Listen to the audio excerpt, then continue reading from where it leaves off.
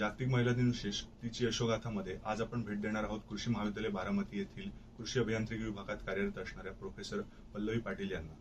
या आज आपल्याला कृषी क्षेत्रातील भविष्यातील महिलांच्या संधी याबद्दल मार्गदर्शन करणार आहे. नमस्कार मॅडम. आजकाल ऍग्रिकल्चर एम्पॉवरमेंटचं युग आहे, डिजिटल एम्पॉवरमेंटचं आज युग आहे. त्यामुळे आपण जास्तीत जास्त महिलांना नवीन नवीन माहिती घेणं, नवीन नवीन प्रशिक्षण घेणं शक्य आहे. त्यामुळे त्या महिला भविष्यामध्ये कृषी क्षेत्रात रोजगार, संशोधन, उद्योजकता आणि नेतृत्व ह्या मध्ये भरपूर कौशल्य मिळवून तंत्रज्ञानाच्या मदतीने आत्मविश्वास निर्माण करून भविष्यामध्ये खूप मोठं आणि व्यापक असं काम करू शकतात. यामध्ये सगळ्यात महत्वाचं आहे महिलांसाठी की एक्सपोर्ट आणि ऍग्री बिझनेस ह्यामध्ये महिला उतरू शकतात, किंवा पॉलीहाऊस मधील शेती हा जो काही उद्योग आहे हा महिलांसाठी अतिशय उत्तम आहे. आणि आजकाल आपण बघतो की ऍग्रिकल्चर एक्सपोर्टचं सुद्धा जग आहे. एक्सपोर्ट मध्ये आपण जेवढं काम कराल तेवढं कमी आहे. जर आपण नवीन नवीन तंत्रज्ञान शिकून नवीन नवीन गोष्टींचा वापर करून भविष्यामध्ये जर त्याचा वापर करून घेतला तर नक्कीच मोठ्या उद्योजक होऊ शकता. म्हणजे अगदी लहान स्टार्टअप पासून, सेल्फ हेल्प ग्रुप पासून, अगदी छोट्या कामापासून आपण भविष्यातल्या मोठ्या ज्या संधी आहेत त्या मिळवू शकतो. यामध्ये सगळ्यात महत्वाचे महिलांमध्ये काही गुण आहेत, त्याचा वापर त्या करून घेऊ शकतात. महिलांमध्ये संयम आहे, चिकाटी आहे, किंवा काळजीपूर्वक निरीक्षण करण्याची क्षमता आहे. त्यामुळे बारीक सारीक गोष्टी त्यांच्या लवकर लक्षात येतात. पिकांवर जरी रोग असेल, पानांचा रंग बदलला असेल, किंवा काही बारीक सारीक शेतातील गोष्टी चटकन त्यांच्या लक्षात येऊन त्या रोग आणि किडीचं नियंत्रण करू शकतात. तसंच उत्तम व्यवस्थापन कौशल्य महिलांमध्ये आहे. त्याच व्यवस्थापन कौशल्याचा वापर करून मोठमोठे ऍग्री बिझनेस मध्ये सुद्धा महिलांना खूप मोठ्या अशा संधी आहे. प्रिसिजन फार्मिंग असेल, organic and residue free production असेल, सस्टेनेबल ऍग्रिकल्चर असतील, एफपीओज असतील, स्टार्टअप असतील, पॅक हाऊस मॅनेजमेंट असेल, quality control and residue free testing असेल, यामध्ये खूप मोठ्या संधी महिलांना उपलब्ध आहे. आणि या संदर्भातलं प्रशिक्षण सुद्धा उपलब्ध आहे.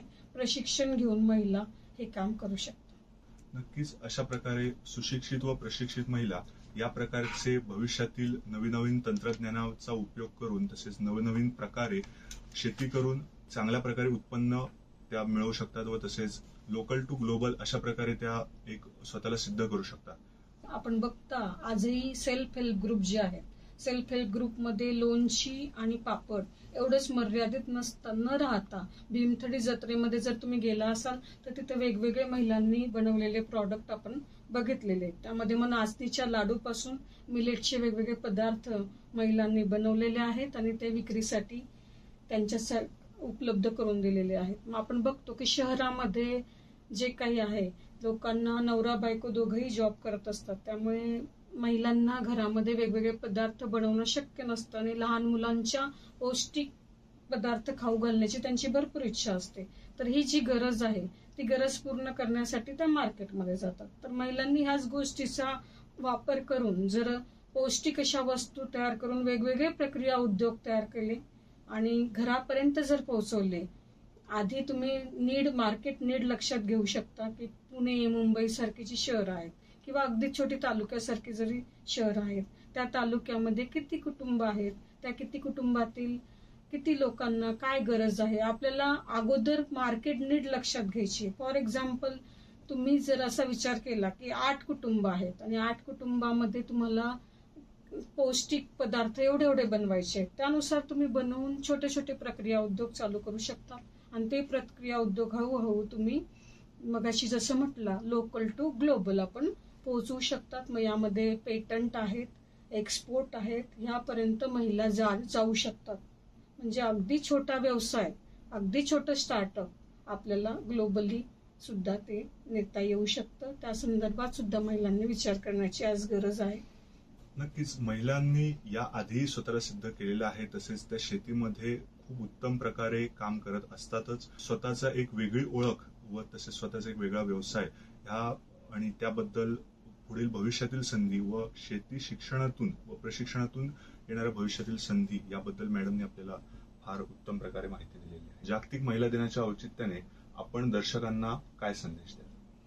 मी माझ्या महिलांना एवढाच संदेश देऊ शकते की भविष्यामध्ये कृषी क्षेत्रामध्ये भरपूर रोजगार उपलब्ध आहे, संशोधनाच्या संधी आहे, उद्योजकतेच्या संधी आहे आणि तुमच्यामध्ये नेतृत्व हा गुण आहेच आहे, चिकाटी हा गुण आहेच आहे, उत्तम कौशल्य तुमच्यामध्ये आहे. त्या कौशल्याचा वापर करून तुम्ही पुढे जा. छोट्या छोट्या उद्योगापासून तुम्ही पुढे जा आणि तुम्ही स्वतःला सिद्ध करा. सुरुवात तुमच्या घरापासून करा, कुटुंबापासून करा. कुटुंबापासून सुरुवात करत करत तुम्ही गाव, तालुका, जिल्हा आणि राज्य असं करत करत ग्लोबली नक्कीच जाल. हा सगळ्यात मोलाचा संदेश मी महिलांना देते. धन्यवाद मॅडम, आपण दिलेल्या माहितीबद्दल अवाना परिवारातर्फे आपल्याला नमस्ते.